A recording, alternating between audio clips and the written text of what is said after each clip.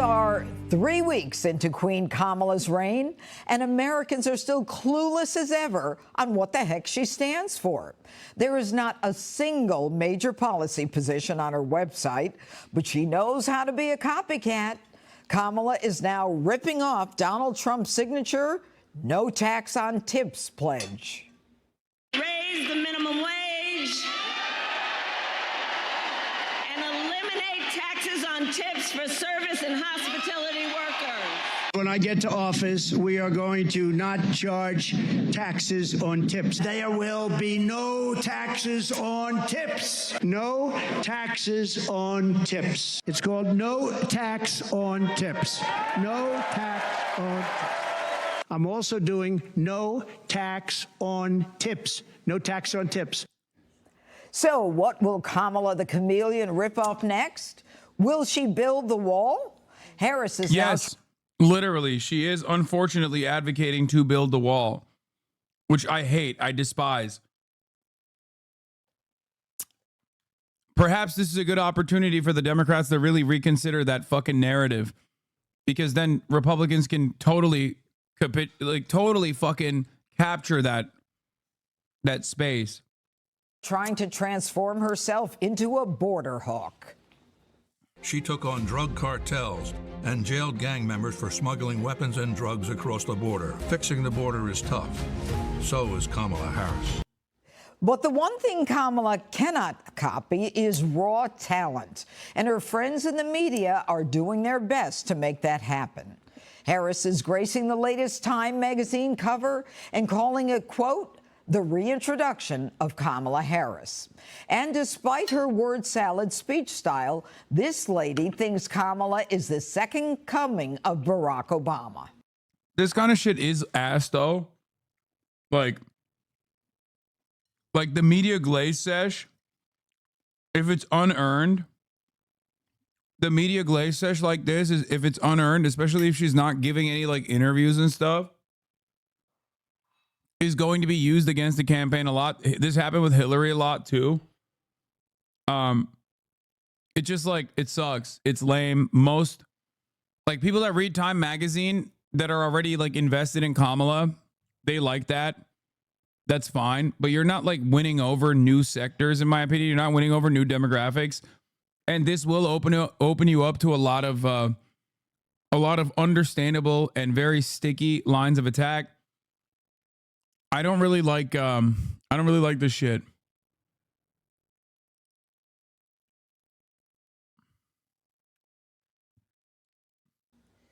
I think it's a really good campaign and people really like her. She's gotten to be a really gifted Obama-level orator. And, you know, she was very much underestimated by the mainstream media. And quite frankly, she has command. You hear her up there and she is confident, she is calm, and she is commanding.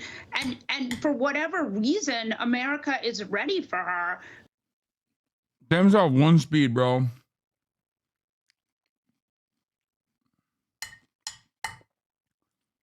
They have one speed. Horrible instinct, dude. Horrible fucking instincts to be like, oh my God. She's so bold. She's so brave. She's so beautiful. Which is very exciting. You know, Harold, the interesting part of this no tax on tips is that Kamala doesn't even say, you know, even though Donald Trump talked about it. And you add to that she was actually the tie-breaking vote to give more power to the IRS agents to be able to actually tax those tips. And so on the one hand, we had Joe Biden, the plagiarist, and now Kamala, the copycat. What say you? Good to be with you. I hope you had a good weekend. It's been a tough 3 weeks. So I look at campaigns as they are. You have two people running for an office. We'll do a segment on this. The person running for the Democratic job, running on the Democratic side, got moved into the slot after getting the delegates to go with her after a period of time. We'll talk about it. And you have a Republican who was on top. He was ahead in the polls. Here we go, 3 weeks later. Donald Trump has called Kamala Harris, I think.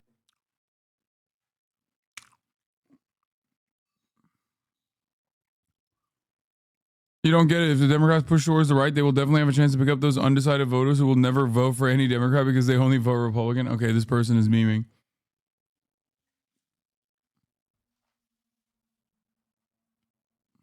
No. That person is not being serious. Although that person is a very real person. Like, there are a lot of people who said that all the time. That's like the average Democratic Party operative. Oh my God. Oh my God. Put him on a spaceship. Send him up to ISS on a fucking Boeing spaceship, okay? So they could be up there for 8 months instead of 8 days. Oh my God. Dumb, incompetent, not black, and low IQ. And the end result is she's gaining in the polls. Now, you're right. You said last week there's not a lot populating her website and other things talking about substance and specifics on issues. And frankly, I looked on President Trump's. There's not a lot on his either. There's a little more, but there's not a lot. The copycat thing, I'll come to it. When I was in Congress and someone wanted to co-sponsor a bill that I wanted to. That's me. It would sway my vote, so I think he's correct. Shut the fuck up, bitch. Nobody cares. Wanted to sponsor. Don't even get me started on that shit. Okay? Nobody cares about your vote, man. Okay? And they were Republican. And some members of their party may not have liked the thing. I didn't condemn them. I commended them. I think that everyone knows that Donald Trump was the first to begin to say no taxes on tips. And if I'm not mistaken, the greatest form of flattery is imitation. And for her to be saying this is a good idea, I think the president should probably embrace it. Joe Scarborough, who's on another network, we were on the same committee together in Congress. I was able to show him how public schools in his district suffered from something that public schools in my district did. And if you were to listen to the vernacular and the narrative from our colleagues, you would think that we were polar opposite Democrats and Republicans on this particular funding for certain public schools. Turns out we were aligned. We sponsored together, got passed through committee, and eventually got put into a piece of legislation. I just think you should commend and not condemn when these things happen. Because if President Trump said, I am for restoring Roe v. Wade, I'd be the first to say, I like that copycat. If he were to say, I am for smarter gun laws to ensure that kids don't get them when we have stronger background checks, I'd say, copycat Donald Trump. He's my guy. So I think people should embrace this and understand that this is really how public policy gets made, at least good public policy gets made. Brian, this new Kamala that we're seeing, I mean, where has she been? Even the mainstream media made fun of her, the word salads, the fact. Yeah, except if he said that, he wouldn't win a single fucking vote on that front. And the Democrats would literally turn around and go, see, even he knows that this was a major mistake. So who are you going to trust? Me, a person who has consistently ran on defending abortion, or the other guy who has taken abortion and actually fucking destroyed it? Now, why am I bringing up this analogy? It's because the Democrats are doing that on immigration for no fucking reason. That she couldn't get a statement straight. Now they're basically saying that, you know, this woman is now the new queen of the Democrat Party, when 2 weeks ago Barack Obama said she can't win. And he's great friends with her. They've been friends for 20 years. First off, Harold, you're right. If she said in her speech, you know, Donald Trump had a great idea the other day. He says no tax on tips. I thought about it. Oh, shut up. You would never give her credit. Who gives a fuck? Now that I'm here. I don't even think she should have done that. I think it's a bad policy in general. Sometimes bad policies are popular. But like, who the fuck believes this? If she was like, oh yeah, Trump had a really good idea, we give him credit. That's why we want to run on it. It's like, are you going to turn around and be like, wow, I can't believe she did the bold and the brave and the unthinkable. Like, she gave Trump credit. No, you're still going to be like, she's a copycat bitch.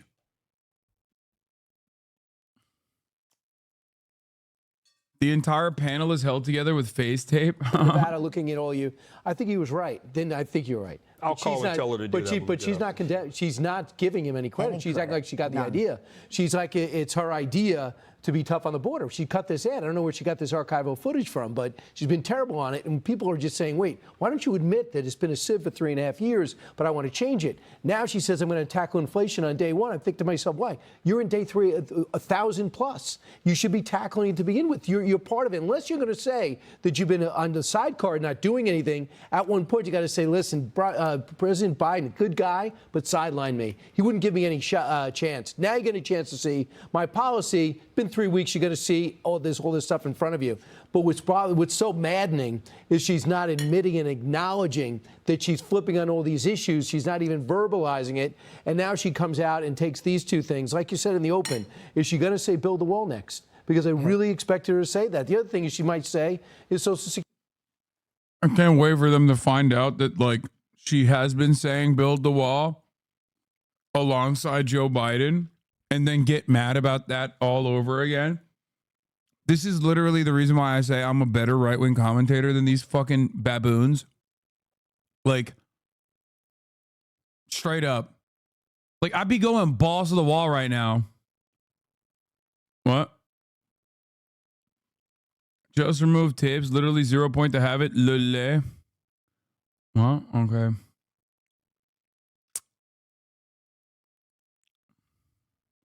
Okay, but is this guy wrong, though? Brandon has been 100% sidelining Harris and everyone else on ceasefire in Gaza. What, you think fucking Kamala Harris is, like, really pushing for a ceasefire in Gaza and Biden is sidelining her? What are you talking about? I'm telling you right now, bro.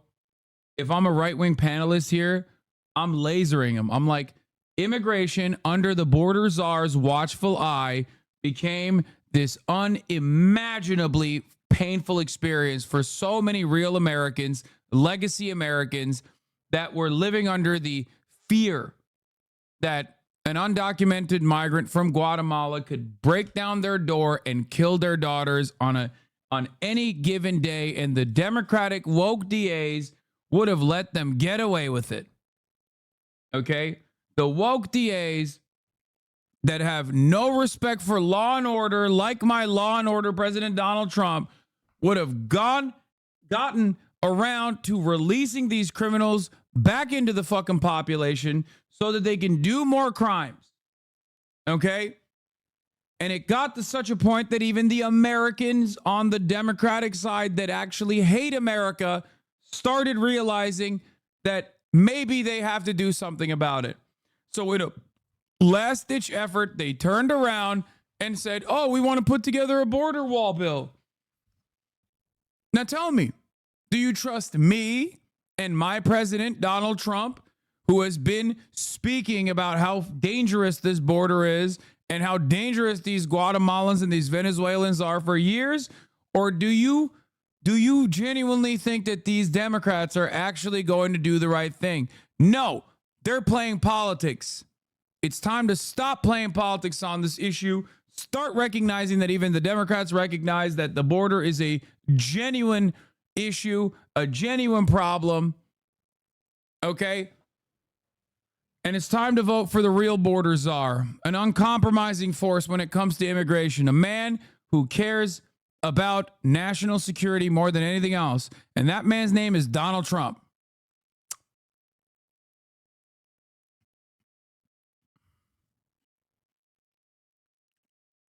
These Democrats are coming late to the game and thinking that they can change the narrative, thinking that they can make us forget about all the crime that has increased in this country as a consequence of unmitigated, unlimited, permanent immigration into the nation. Because they want to make sure that you and your vote does not matter. They want to make sure that your vote is outweighed by the vote of a Guatemalan, a Venezuelan, one from El Salvador.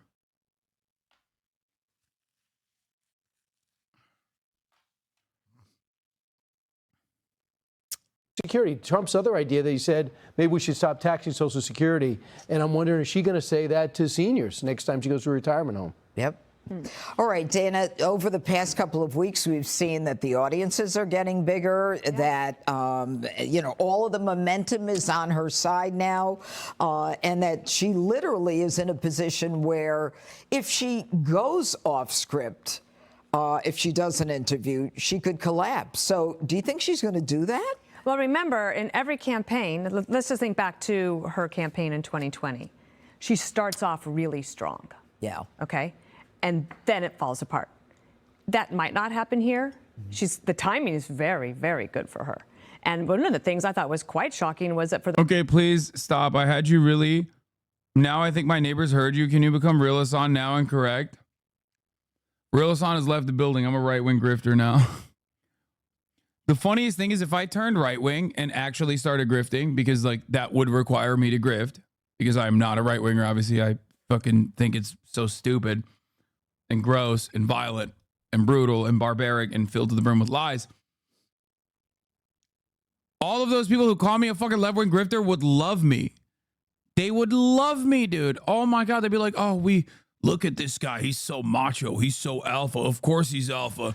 He fucking loves being a patriot, brother. That's why he's alpha as fuck. Not like them saw boys and them libtards.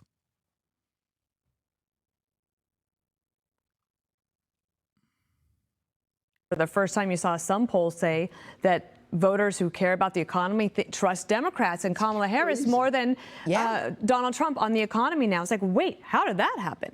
The other thing she could have done on the tax thing, on the tips, she could have said, President Trump had this idea.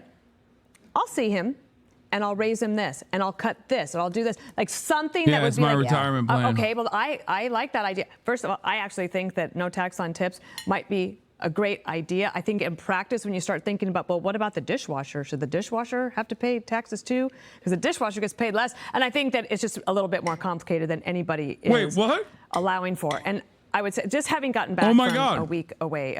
Oh my God. Out of principle, because she is so reactionary, she literally started dunking on Trump's plan because Kamala's the one who put it forward. No, she's right. No, chat, you're misunderstanding. That is a really fucking common counter to this argument. No, she knows dishwashers don't get fucking paid in tips.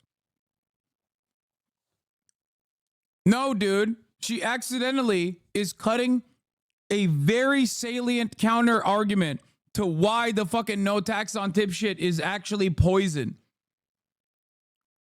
Why is she doing that? Because Kamala's the one advancing it. She actually literally did it. She's like, why? Why is a bus driver doesn't get paid in tips? Why the fuck is a bus driver paying more in taxes than fucking a person working in the service sector?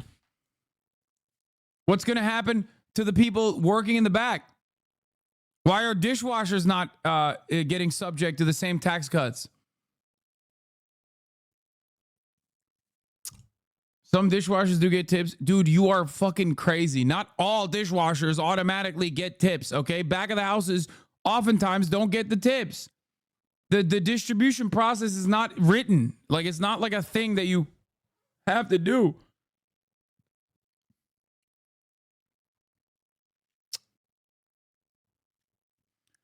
Or like, can a banker suddenly start getting tips from clients? They do. It depends on the payment structure, but they could like basically fucking talk about the I don't know, the way that they are taking a percentage off of like their performance could be considered a tip.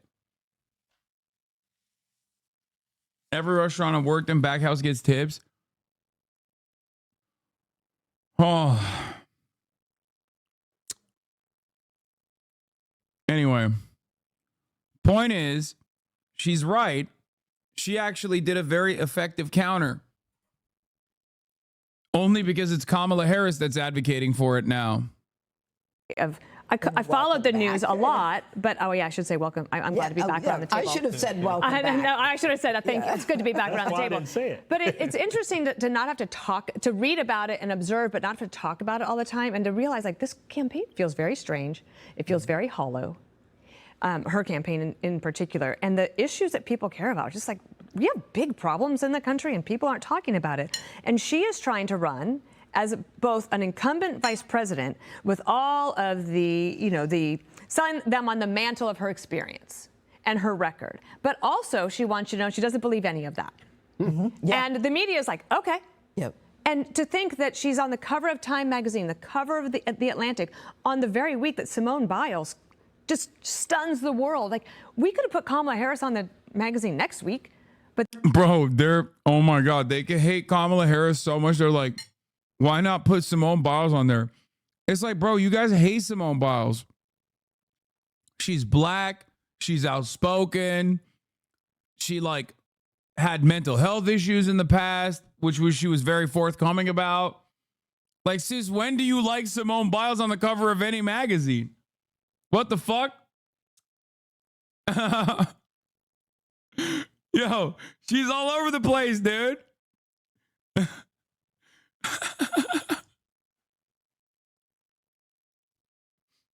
What's next, bro? Brittany Griner on the magazine cover? Actually, Republicans now kind of respect Brittany Griner because apparently she cried on the national anthem since America got her out. She says she loves the national anthem now. It like hits different.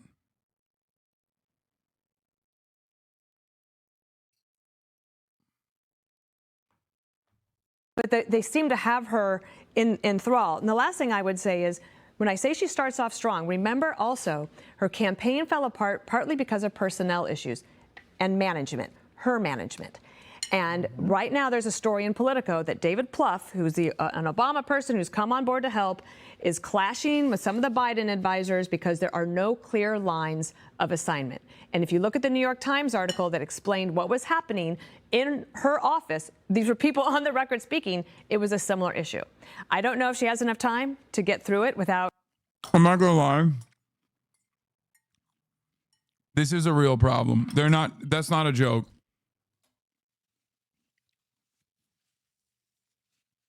Like, that is a real issue. It's not a joke. Kamala Harris has notoriously been bad at keeping staffers around. And honestly, she's not a very good manager. And also she's very malleable because she doesn't have like an ideological position you can pin her on. Which means that she's not going to like rely on people that are at least invested in churning out policy positions that she agrees with.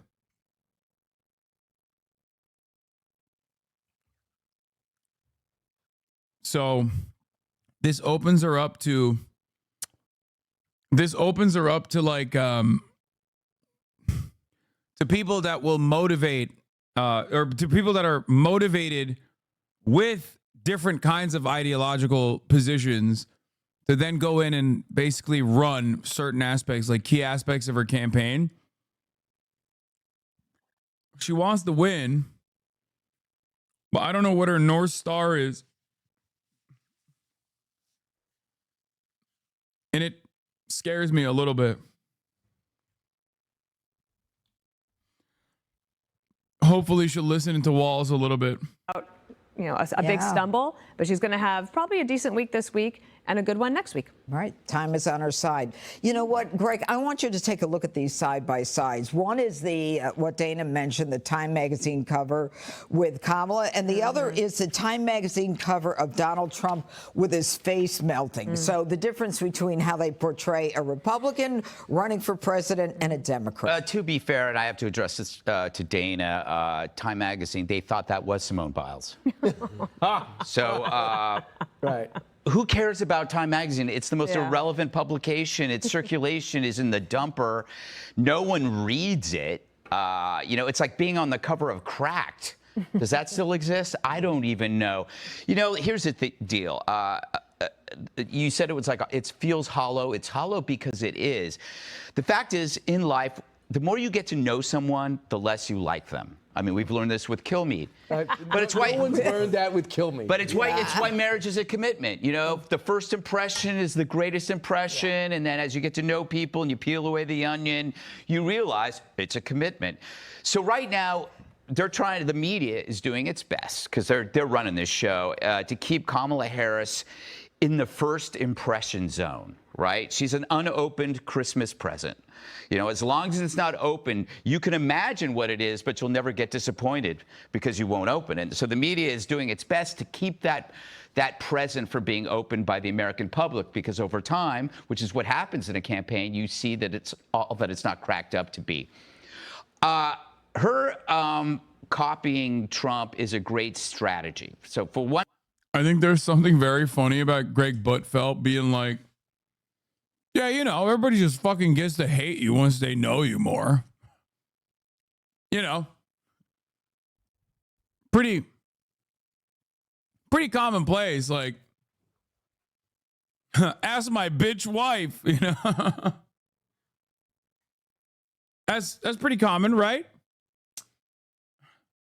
1 minute you're labeling the guy Hitler, and then the next you're taking Hitler's positions, because you know that the media won't point it out. Wasn't Trump's policies on the border xenophobic? Wasn't it heartless and reminiscent? I hate that. I hate when I see a catty bitch cook, dude. Oh my God, I hate when I see a catty little bitch cook. He's right. Of the Third Reich, but when Kamala does it, it's joyful. You know, look how joyful deportations are. They're just, oh, the families are so happy. Right. You know, they love to get separated. But it's a terrible strategy to call it copycat stuff, because it just comes off as whining. And Harold has a... Oh, he's right on that too. Oh my God. When an opposing team copies something from their competition, it's because they realize that it's smart. And the counter strategy is to react by pushing that team further in the right direction, kind of like what you were talking about. Trump should exploit his gravitational pull, you know, demand that Harris fix the tax code now. You know, why aren't you doing this now? I mean, release a plan that actually lowers taxes for small businesses and the middle class. You're a VP. You've been here. You know, you're the border czar. Right now, you're the border czar. Why don't you do it? You know, Trump, in a weird way, is making Kamala great for once. You know, but having said that, you shouldn't buy it, because this has been a liberal trick for years. As you get close to an election, suddenly the Democrats dispense with the wacky, destructive, progressive crap, and they embrace republicanism. Yeah, except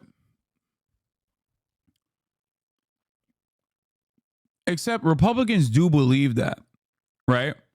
Like, Republicans do believe that more moderate, more Republican adjacent positions are actually good and people like it. That's not the case. It's just that the Democrats never effectively counter message against that and then embrace the GOP. And as a matter of fact, that's part of the reason why they keep losing. So the one aspect of this entire dynamic that he's wrong on is that these principles are objectively popular. It's only objectively popular, seemingly, if there's no counter narrative to it.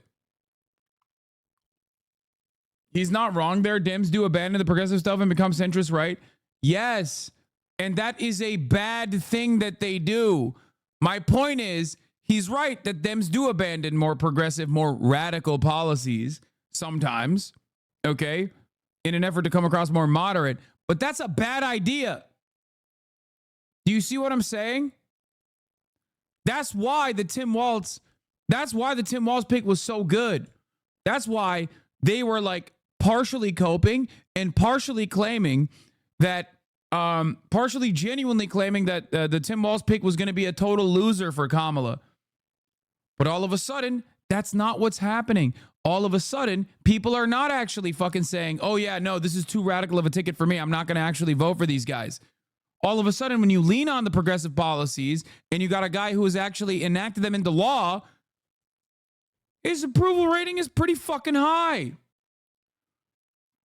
The underlying false notion he's trying to embed in the viewers' minds is that they do it to get elected. In reality, they do it to please donors in the ownership class, even though it costs them voters and support when they pull the shit. Exactly.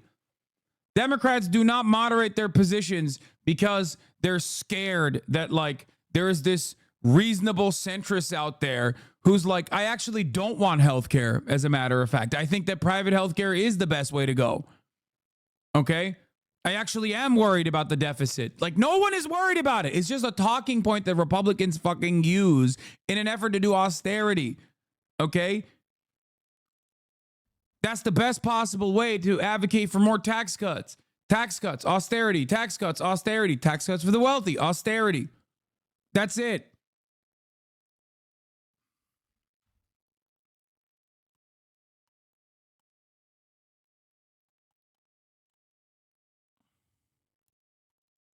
Suddenly they sound like mom and dad, all of us, instead of the tantrum throwing brats. They did this with Joe. They had him pretend that he was this middle of the road moderate who's going to unite the country. And then what happens? He gets in and practically destroys the place. There's a history of evidence here that it's all a big lie, that they always use candidates as a Trojan horse to bring in a radical. It's like the bad boyfriend who suddenly becomes a gentleman in order to get the girlfriend back. And then once he gets her back, he's back to whoring. That's exactly what the Democrats do within every election. He's so gross. He can't stop himself. He's just like he is such a gross man, bro. He is like the Cutie Cinderella meme men is so perfect for fucking Greg Buttfeld. He gets in his own way. He cooked for like 3 seconds and then immediately went and became gross as fuck. Election. They rule left, then they campaign right, and then they're back to the further left. So the fact is, while I say it's great that she's impersonating Trump, it's just an impersonation. Much like you, Brian, when you're trying to be me. Or Jesse. I don't. Yeah, more like Jesse. I would think so. All right. I would say this: if it's so great to be Trump, why don't they just run on that? No. Why not run on her policy? No, but you know what they're offering here. They're saying to the voters, you like Trump's policies, but you don't like his personality? Well, you can have his policies without his personality. It's brilliant. Right. All right. Coming up. Yeah, that would be the case if Trump's policies were objectively popular. It's not. Is Trump's charisma? Good morning. It's Is Trump's charisma and his capacity to basically look at the anger and resentment that Americans feel and channel that anger and frustration to like his own enemies. That is what makes him good. It's not his policies. Ain't nobody was like, oh man, it's so sick. I'm so glad that you fucking actually gutted protections for a normal healthcare process in this country. As a matter of fact, it's the exact opposite that happened. He did that shit. His Supreme Court did that shit. And now Americans are like, we are going to punish you. We hate you. We already hated your fucking attitude. We already found you to be repugnant. Okay. But now that you did this other thing, we hate you extra hard.